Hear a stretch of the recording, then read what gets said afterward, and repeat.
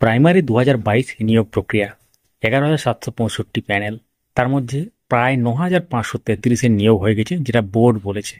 কিন্তু আজকে একটি গুরুত্বপূর্ণ ব্যাপার লক্ষ্য করা গেল। প্রাথমিক শিক্ষা পর্ষদের অফিসে, কলকাতায় যে অফিস, সেখানে তার সামনে 301 জন ক্যান্ডিডেটের বা চাকরি প্রার্থীর বিক্ষোভ দেখা গেল।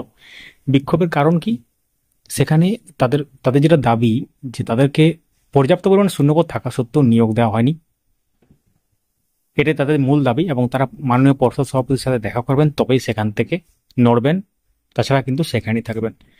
তো তারা বিভিন্ন ডিপিএসসি থেকে আরটিআই করেছিলেন, ডিপিএসসিতে আরটিআই করেছিলেন অ্যাকচুয়ালি। সেই আরটিআই এর রিপোর্টও নিয়ে এসেছেন, পর্যাপ্ত পরিমাণ শূন্যপদ আছে, তাও তাদের নিয়োগ প্রক্রিয়া এখনও তাদের নিয়োগ প্রক্রিয়াতে এখনো সামিল করা হয়নি বা তাদের নিয়োগ দেওয়া হয়নি, এটা কিন্তু বলা হয়। তারা এখনো চাকরি পাননি। তাদের মূল দাবি হচ্ছে অবিলম্বে চাকরি দেওয়া হোক, কারণ তারা 9,533 প্যানেলের মধ্যে, এবং তাদের ক্ষেত্রে যে তাদের পক্ষ থেকে যেটা বলা হয়েছে, যে এখনো অনেক সিট ফাঁকা আছে, নিয়োগ সহজেই দেওয়া যায়।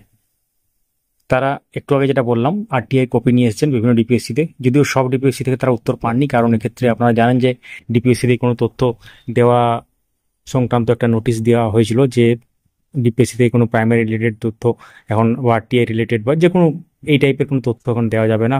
সেটা কিন্তু হয়েছিল, যেহেতু বিভিন্ন মামলা পেন্ডিং আছে, সেটার কারণ একটা হতে পারে। তো এই ক্ষেত্রে একটা গুরুত্বপূর্ণ ব্যাপার আজকে লক্ষ্য করা হয়, যেটা শর্ট অ্যান্ড সিম্পলভাবে আমরা আপনার সাথে শেয়ার করলাম।